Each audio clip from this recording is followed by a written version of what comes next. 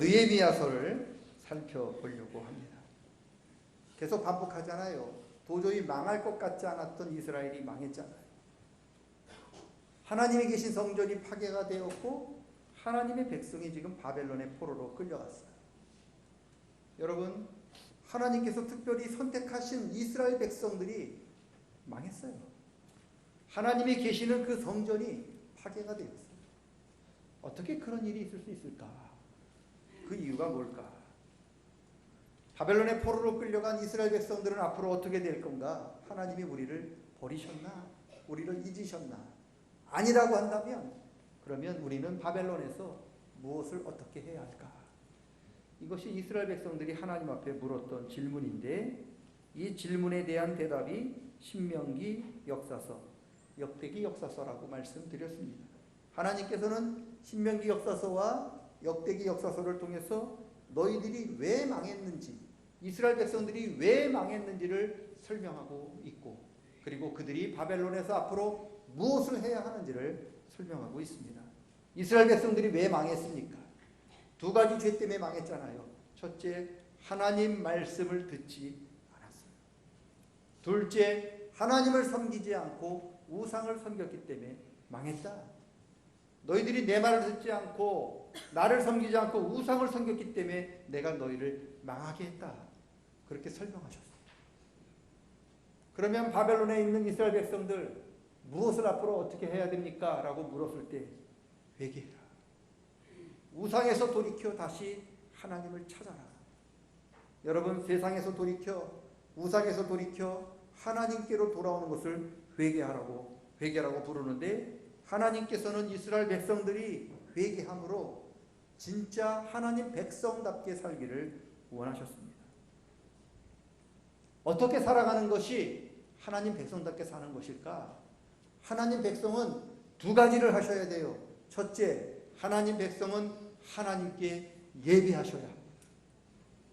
예배는 저와 여러분이 하나님 백성임을 나타내는 증표예요. 식당에서 밥 먹을 때 기도하면 옆에 있는 사람들이 쳐다보면서 뭐라고 그러는지 아세요? 너 교회 다니니? 라고 물어봐요. 가만히 있으면요, 기도 안 하고 먹으면 5년이 지나도 우리가 교회 다니는지 몰라요. 그런데 그냥 주님 잘 먹겠습니다. 그렇게 간단하게 기도만 해도 너 교회 다니니? 라고 물어봐요. 이처럼 예배는 우리가 하나님의 증표임을 나타내는 가장 강력한 증거예요. 둘째, 하나님 백성은 하나님 말씀을 따라 삽니다. 그래서 바벨론에서 포로로 돌아온 이스라엘 백성들이 가장 먼저 한 일이 성전을 지은 일입니다. 왜요? 하나님 백성이면 하나님 앞에 예배를 드려야 되는데 성전이 파괴가 되었잖아요. 그래서 예배를 드릴 수 없잖아요. 그래서 하나님 앞에 예배하기 위하여 가장 먼저 지은 게 성전이죠. 그리고 성전 다 지은 후에 누가 찾아옵니까? 에스라가 찾아오죠. 에스라가 찾아와서 뭐 합니까? 하나님 백성이면 하나님 말씀대로 살아야 하기 때문에 에스라가 와서 이스라엘 백성들에게 하나님의 말씀을 전하고 가르칩니다. 하나님 백성은 예배하는 백성이요, 하나님 말씀대로 살아가는 백성입니다. 이게 이스라엘 백성들의 정체성이고요, 오늘 우리들의 정체성이죠. 저와 여러분은 누굽니까? 하나님 백성이죠. 우리가 하나님 백성임을 어떻게 나타나야 됩니까? 예배하셔야 돼요. 그리고 하나님 말씀대로 사셔야 돼요. 스룹바벨이 이스라엘 백성들 하나님께 예배드리게 하기 위하여 성전을 지었어요. 에스라는 이스라엘 백성들이 하나님 말씀 듣고 순종하게 하기 위하여 하나님 말씀을 가르쳤어요. 그러면 오늘 저와 여러분이 읽어본 느헤미야는 무슨 일을 하였을까? 느헤미야가 왜 중요한가? 제가 92년부터 전도사를 시작했거든요. 지금이 2019년이니까 28년 제가 목회를 했어요. 28년 내가 목회를 하면서 하나님 앞에 느낀 게 있고요, 그리고 하나님 앞에 다짐하고 기도하는 게 있어요. 저는 하나님의 일을 하면서 저는 하나님의 일을 하려면 반드시 세 가지가 필요하다고 제가 느낍니다. 세 가지. 첫째, 하나님의 일을 하려면 진실된 마음으로 하셔야 돼요. 무슨 뜻이냐?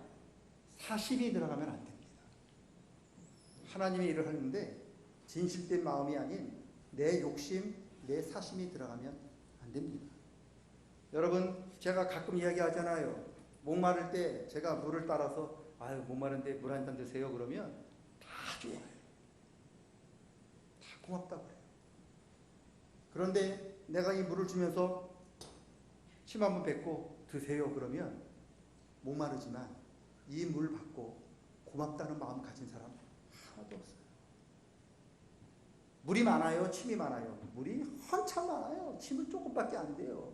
그런데도 침 뱉었다고 내가 준 물 받은 사람은 굉장히 기분 나빠요. 저 사람이 나를 뭘로 보기에 저따위 짓을 할까? 다 그렇게 생각해요. 물 주면 좋아하는데, 순수한 물을 주면 다들 좋아하는데 고맙다고 그러는데 침 한 방울 뱉었다면 다들 기분 나빠하고 불쾌해요. 왜요? 그게 사실이에요. 주님의 일도 마찬가지죠. 저와 여러분이 주님의 일을 하는데 순수한 마음으로 하나님 앞에 드리면 하나님 굉장히 기뻐하죠. 그런데 거기에 사심이 들어가면 하나님 그 재물 받고 굉장히 불쾌하십니다. 하나님의 일을 함에 있어서요. 그래서 사심이 들어가면 안 돼요. 진실하게 하셔야 돼요. 진실하지 않으면 차라리 하지 마세요. 물 없으면 안 주면 그만이에요. 그런데 침 뱉겨 주면 안 준만 못한 게 그게 진심으로 들어가면 재물이 되고 진심으로 하면 선물이죠. 그러나 사심이 되면 그건 뇌물이죠. 하나님은 저와 여러분이 뇌물을 드리기를 원치 않으셔요. 재물을 드리기를 원하시는 거죠. 그래서 레위기를 읽어보면 왜 재물을 드릴 때 거룩하고 순결하고 순전해야 되느냐? 사심을 넣지 말라는 뜻입니다. 순전하라는 뜻입니다. 하나님의 일을 감당함에 있어서 깨끗한 마음, 정결한 양심으로 하나님의 일을 감당할 수 있기를 축복합니다. 그렇게 하셔야 돼요. 두 번째, 하나님의 일을 하려면요, 겸손한 모습으로 하셔야 돼요. 겸손한 모습. 빌립보서 2장 보면 예수님께서 하나님의 사역을 어떤 모습으로 감당했는가가 잘 나타나 있는데 이렇게 말씀합니다. 너희 안에 이 마음을 품으라. 곧 그리스도 예수의 마음이니 그는 하나님과 근본이 같지만 하나님과 같다고 여기지 아니하시고 자기를 낮추셨고 자기를 비워서 종의 모습이 되셨다. 하나님의 일은 누가 하느냐? 하나님의 종이 하는 겁니다. 하나님의 일을 하는 사람은 하나님의 종이지요. 주인이 하는 게 아닙니다. 종이 하는 거예요. 종이 종다워야 하는 거죠. 종이 어떤 사람이 종이냐? 겸손한 사람이 종인 거예요. 여러분, 종이 모습이 아니라 주인처럼 행동한다면 그 사람은 더 이상 종이 아니죠. 하나님은 지금 종을 찾고 계셔요. 주인을 찾고 있는 게 아닙니다. 종이 갖춰야 할 덕목이 여러 가지가 있지만 가장 1번 덕목이, 가장 중요한 덕목은 겸손이죠. 여러분, 종이 아무리 능력이 뛰어나고 종이 아무리 지식이 높고 종이 아무리 모든 것을 잘한다 해도 그 종이 주인보다 앞서고 주인보다 높아지려 하고 주인보다 먼저 나간다 그러면 그 어떤 주인도 그 뛰어나고 능력이 많은 종을 쓰려고 하지 않아요. 데리고 있으려고 하지 않아요. 그게 종이에요. 그래서 주의 일을 함에 있어서 가장 중요한 것 중에 하나가 겸손이죠. 우리나라 여러 기관이 있는데 기관 중에서 국민들이 가장 싫어하는 기관 중에 하나가 국회예요. 왜 국회가 싫어하느냐? 선거 때만 되면 여러분의 종이 되겠다고 이야기하지만 저는 55년 살았지만 국회의원들이 우리 국민들의 종이 되었다고 생각해 본 적이 한 번도 없어요. 선거 때 빼고. 찾아와서는 인사하면서 당신의 종이 되겠다고 하는데 당선만 되면 종 웃기시네. 국민들을 개돼지 취급하는 게 국회의원이죠. 그러니까 국민들이 없어져야 할 기관 중에 하나가 국회라고 얘기하는 거죠. 왜요? 국민들은 종을 원하지 주인을 원하지 않아요. 여러분, 하나님은 저와 여러분에게 종을 원하십니다. 왜 바울 사도가 편지를 쓸 때마다 맨 앞에 예수, 그리스도의 종 바울이라고 썼는지를 우리는 기억하셔야 합니다. 우리는 예수님을 주인님, 주님이라고 불러요. 우리의 주인은 예수님입니다. 그리고 우리는 예수님의 종입니다. 종이면 종다우셔야 해요. 종이면 종답게 겸손하셔야 됩니다. 주님이 왼쪽으로 가라고 하셨는데, 주님, 내 경험과 지식은 오른쪽으로 가게 만든다는데 주님, 저는 이쪽 가겠습니다. 그 사람 주님의 종 아닙니다. 주님은 앉으라고 하는데, 주님, 저는 서고 싶은데요. 섰다. 그 사람 주님 종 아닙니다. 주님은 요나에게 니느웨로 가라고 했는데, 요나는 저는 다시스로 가고 싶어요. 다시스로 갔어요. 요나는 주님의 종 아닙니다. 여러분, 종이 필요합니다. 종이 되셔야 해요. 종답게 겸손이 필요합니다. 여러분, 하나님으로부터 오랫동안 쓰임 받으려면 겸손하셔야 돼요. 주인보다 더 높은 것으로 자신이 주인 것처럼 착각하는 교만한 종은 절대로 하나님 앞에 쓰임 받지 못합니다.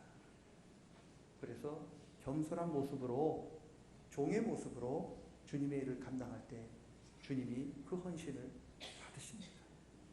겸손한 저와 여러분 다 되시기를 축원합니다. 진실한 마음, 겸손한 모습. 세 번째, 주님의 일을 감당하려면 성실하셔야 돼요. 제가 말하는 성실은 처음 가졌던 그 마음, 처음 품었던 그 뜻이 끝까지 변치 않는 것을 성실이라고 부릅니다. 용머리로 시작했다가 뱀꼬리로 끝나는 게 아닙니다. 갈라디아 교회처럼 성령으로 시작했다가 육체로 마치는 게 아닙니다. 여러분, 처음과 나중이 같은, 끝까지 처음 먹은 그 마음을 가져가는 것이 여러분 성실이죠. 물론 우리 인간이 약하고 나약하고 무능하기 때문에 변할 수밖에 없어요. 처음에 좋은 뜻으로 갖고 있었지만 여러 가지 어려움 만나고 여러 가지 역경 만나면 그 처음 뜻이 점점 안 좋게, 세상에 맞게, 현실에 맞게 변해가는 것 사실입니다. 주님의 일도 마찬가지죠. 처음에 우리가 건전하게 정말 감사함으로 시작했지만 시험당하고 어려움 당하면 점점 우리가 갖고 있던 그 마음들이 변해가는 것도 사실입니다. 여러분, 우리가 무능하고 약하기 때문에 그렇습니다. 그래서 주님의 일을 감당하려면, 끝까지 잘 감당하시려면 저와 여러분이 성령의 도우심을 구하셔야 돼요. 생선이 잘 썩지 말게 하려고 소금을 치는 것처럼 잘 변하고 잘 마음이 바뀌는 내가 변치 않고 끝까지 갈 수 있도록 성령 하나님이 우리에게 기름을 부어주시고 발라주셔야만 처음 뜻이, 처음 마음, 그 마음이 변치 않고 오래가는 거예요. 성령 충만한 저와 여러분 되시기를 축원합니다. 마음은 원이지요. 마음은 정말 건전하게 열심히 주의 일을 하기를 원하는데 우리가 너무 약하잖아요. 그래서 잠잤잖아요. 제자들. 우리도 그러잖아요. 마음으로는 열심히 주의 일하고 헌신하고 싶은데 육신이 약하고 환경이 힘들어서 우리가 그렇게 살지 못하고 있잖아요. 그래서 자꾸만 변하잖아요. 자꾸만 변하는데 그런 변화가 일어나지 않도록 처음 먹은 뜻 끝까지 갈 수 있도록 해달라고 우리가 기도하면서 성령의 도우심을 구하셔야 합니다. 느헤미야가 왜 중요하냐?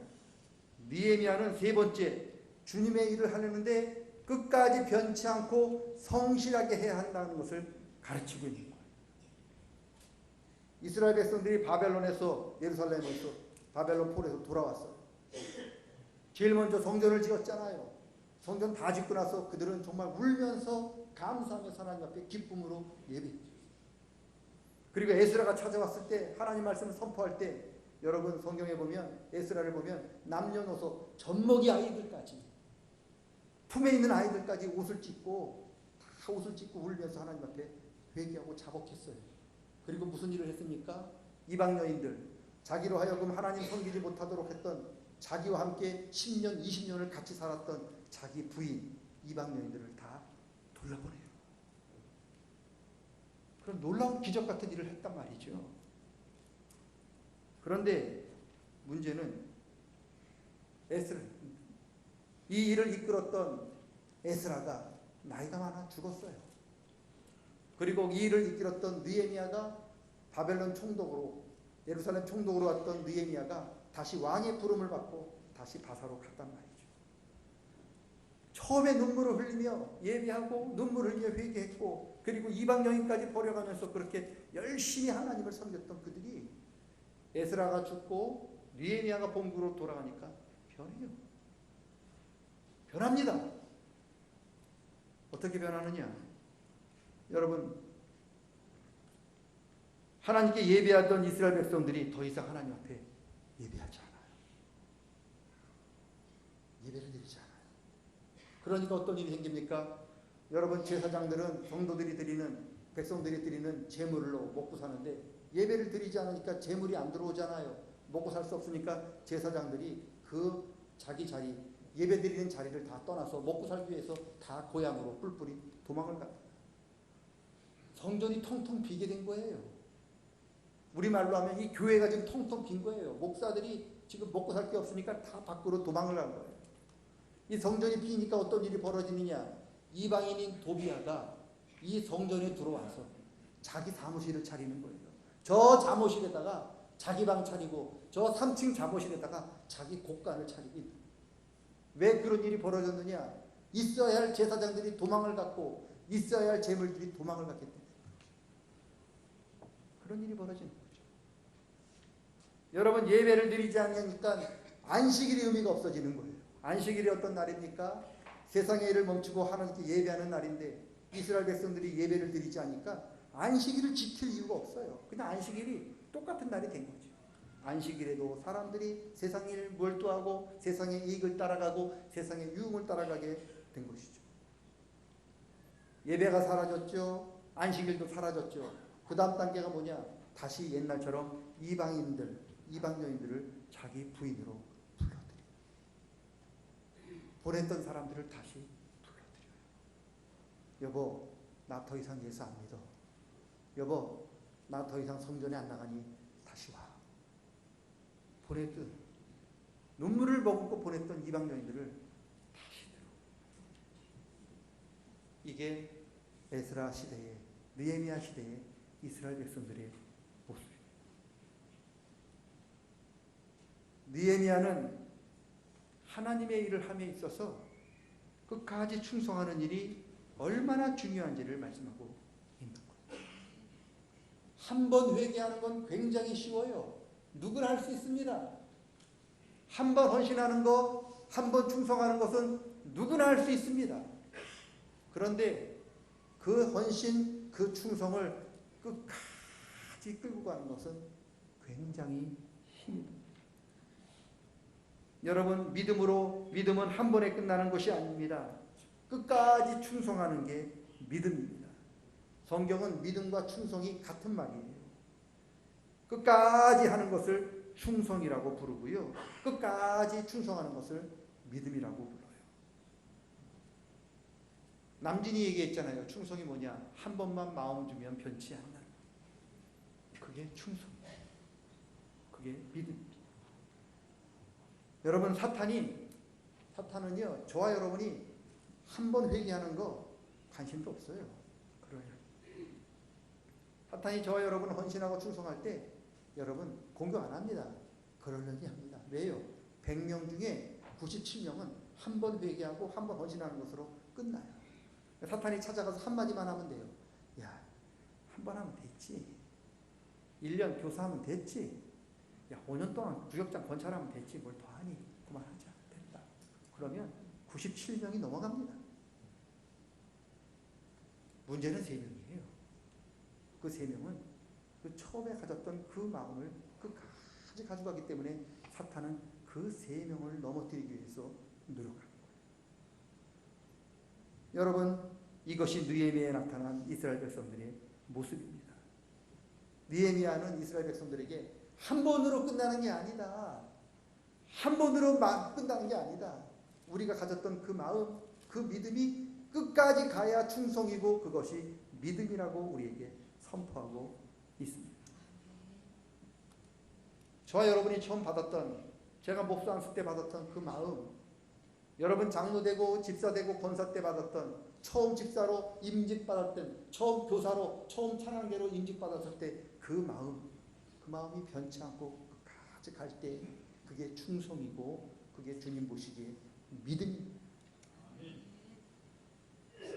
요한계시록에 예수님께서 에베소 교회에게 말씀하시죠. 내가 처음 가졌던 그 마음, 그 믿음, 그 사랑 다시 회복해라. 내가 회복하지 않으면 내가 너에게 촛대를 옮기겠다. 무슨 뜻입니까? 내가 다시 너를 쓰지 않겠다는 뜻이죠. 얼마나 무서운 말씀입니까? 그래서 느헤미야가 굉장히 중요합니다.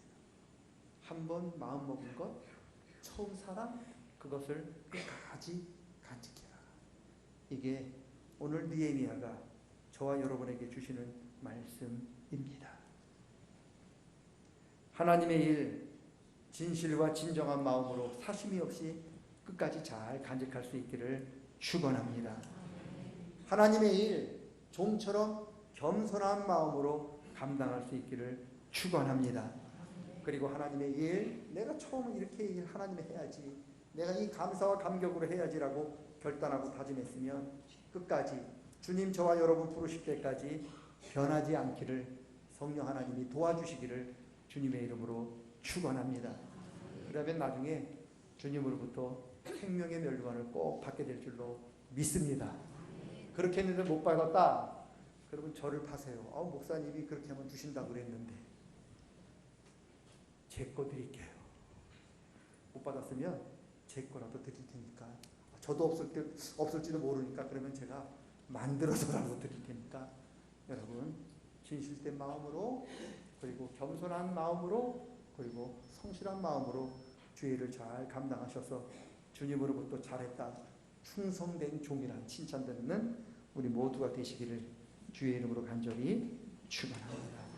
하나님 아버지, 처음 마음 먹었던 그 일, 하나님 진정한 마음으로, 진실된 마음으로 감당하기를 원합니다. 겸손한 마음으로, 겸손한 모습으로 감당하기를 원합니다. 그리고 변치 않고 끝까지 이어나갈 수 있는 충성스러운 마음으로 감당하기를 원하오니 주님 함께하여 주시옵소서.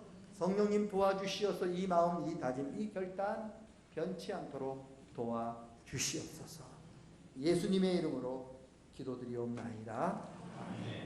다 같이